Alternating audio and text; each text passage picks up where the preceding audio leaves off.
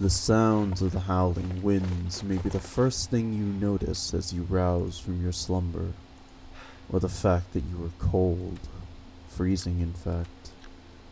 As you rouse from your slumber, you quickly realize you are far from any amount of safety or comfort.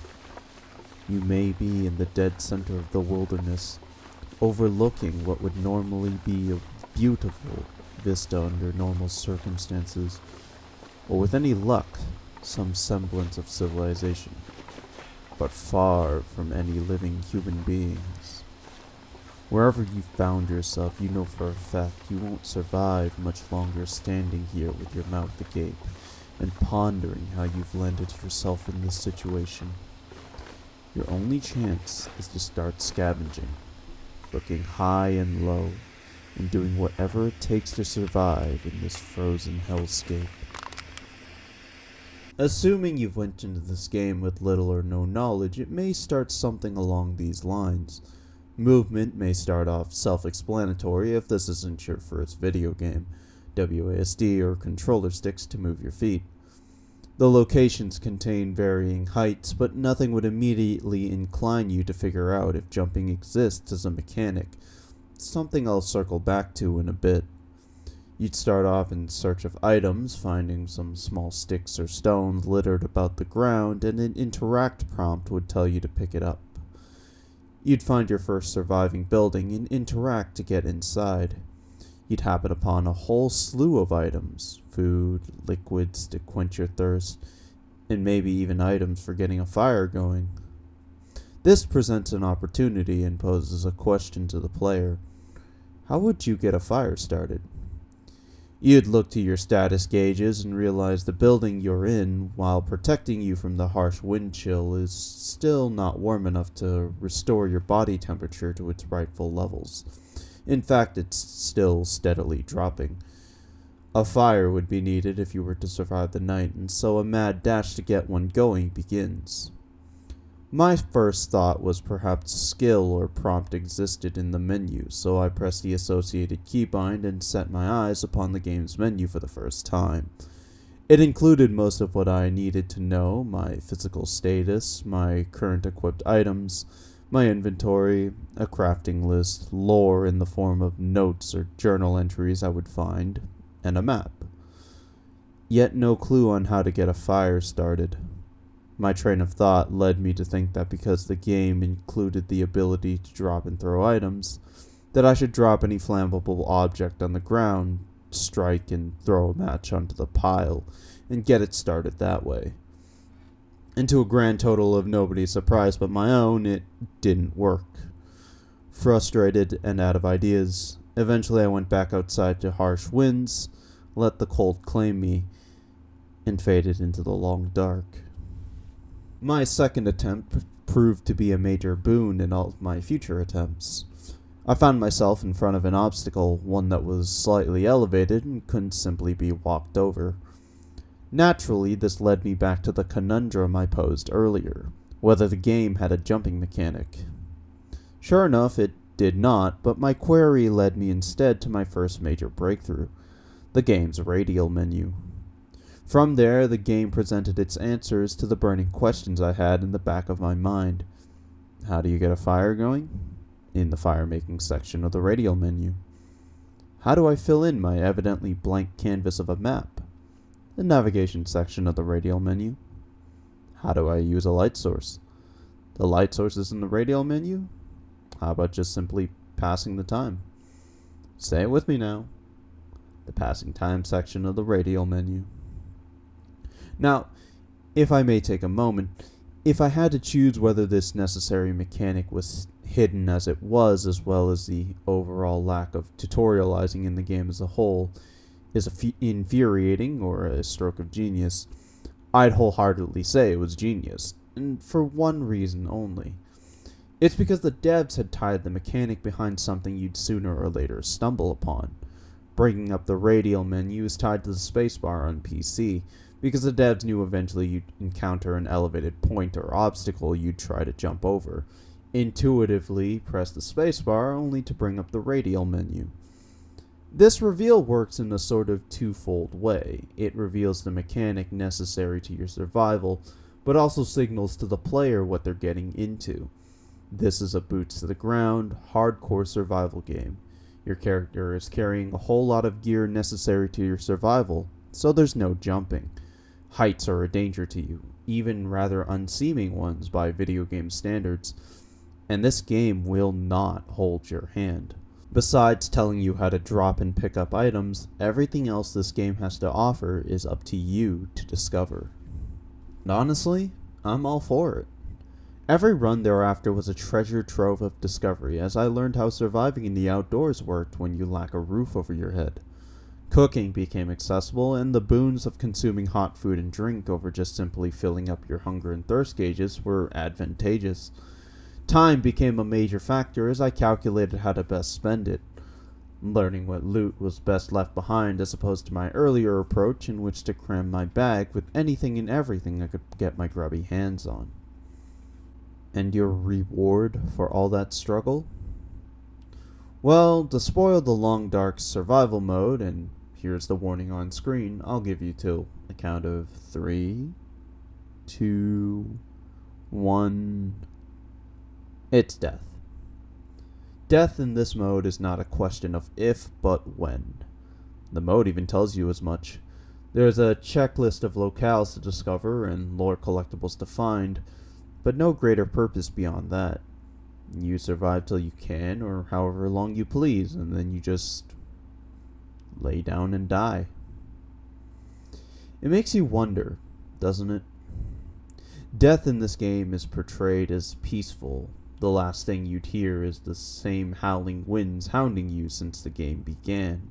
There when you started, and there when it ends. In most games, death is a conclusion you'd wish to avoid, over-dramatized by an animation of your character keeling over as a musical theme signaling your defeat plays. But in the long dark, there isn't any of that. No animation, no music, just cut to black, and the fact that you faded into the long dark. There's a beauty in how it's portrayed. Your time spent in this frozen hellscape is one unceasing struggle, scrounging for supplies, fretting over your remaining resources, worrying on wasting time, fending off fearsome forest creatures that by the end of it you may even be glad for that release. The game may even been hinting at this from the very beginning. The title seemingly could be about the long nights you'd face, the promise of adventures as you battled the beast and the elements. But its final destination was always the true long dark, the unending darkness of death. My first time staring that death screen in the face was a mixture of annoyance from the game over, the frustration from the loss in progress, and inquisitiveness as I thought over what I had done wrong or could have done better. But undeniably was also a sense of peace.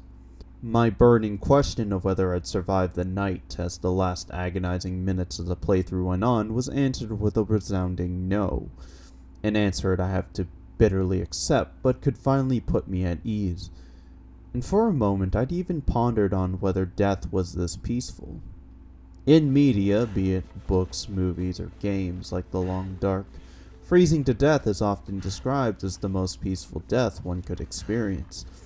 The pain of parts of the body freezing, fading away as your body becomes accustomed. If you were to fall asleep in those conditions, you too would fade into the long dark, all without being lucid to your own passing. There's another feeling that the long dark evokes besides its tranquility yet underlying panic for survival, and it's going to be a bit of an explanation, so I do ask that you bear with me. As a creative, nothing gets me giddier than the thought of new projects, and if you're a creator, perhaps this too is something you can relate to. That excitement as your mind lights up with ideas and concepts you want to toy with. The prospect of facing a new challenge is exhilarating.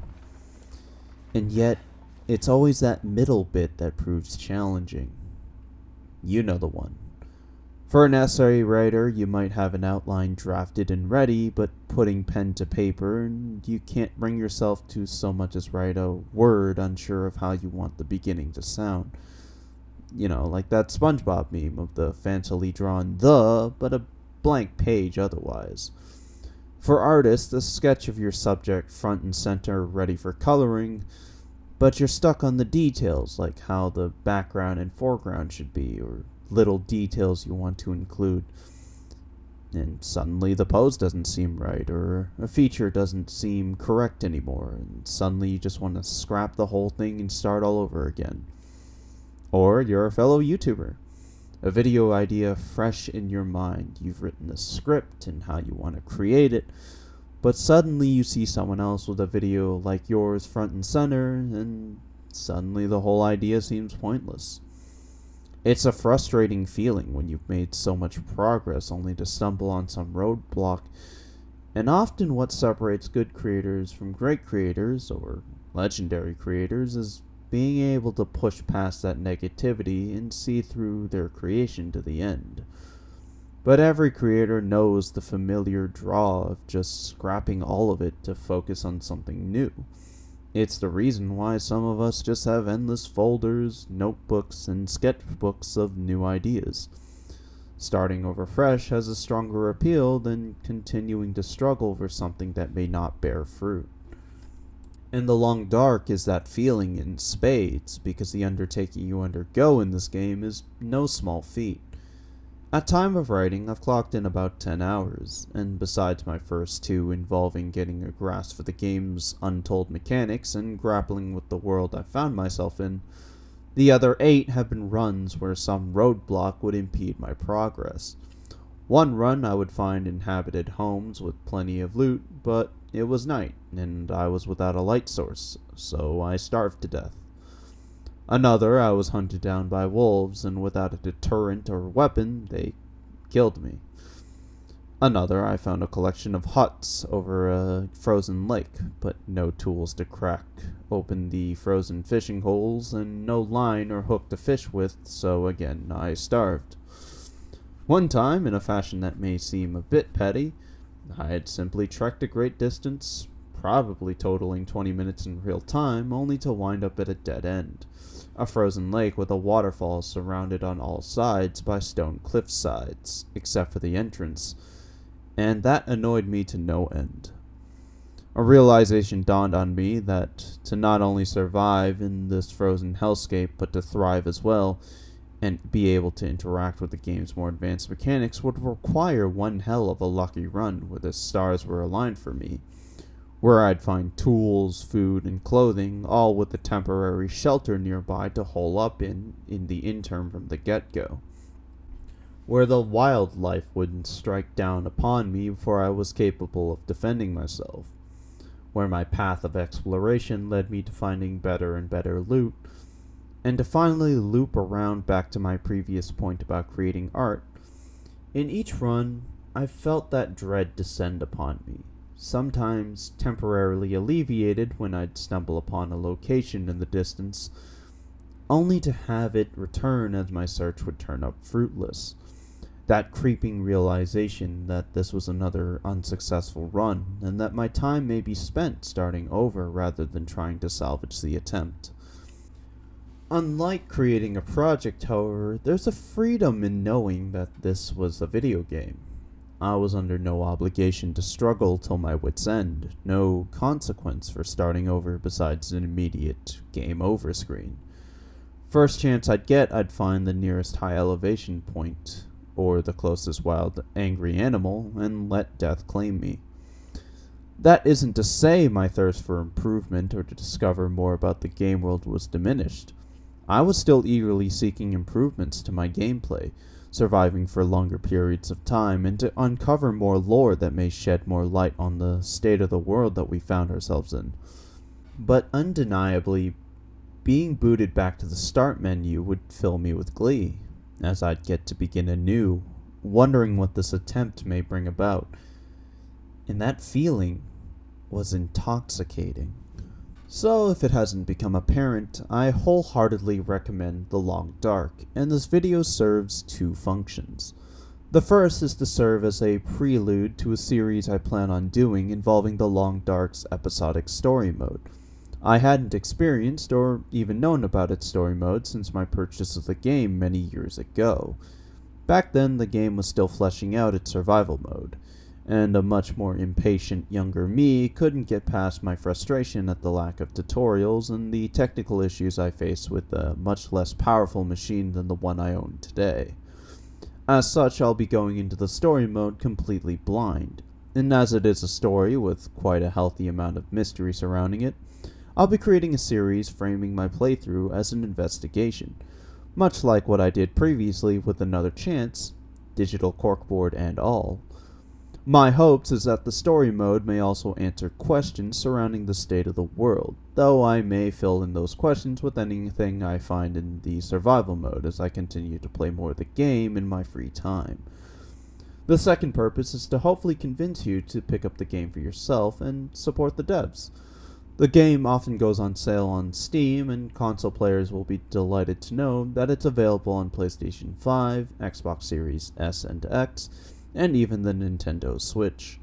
Its DLC, Tales from the Far Territory, is a fantastic addition to the base survival mode, adding in new regions, animals, characters, gameplay systems, loot, and even quests to pursue. Their sequel, Black Frost, The Long Dark 2, is already in development, with all hands on deck once Episode 5 drops hopefully around December of this year. And I'm excited to see what's next for this game series. With that in mind, I hope you enjoyed the video and that I'll see you in the next one. As mentioned, I have plans to start my journey into the Long Dark story, but before that, there's a game I want to cover. A game that received little fanfare despite its writer creating one of the most successful mystery franchises of all time. So join me as we uncover the mystery of the code buried in the rain. Coming soon to a video near you.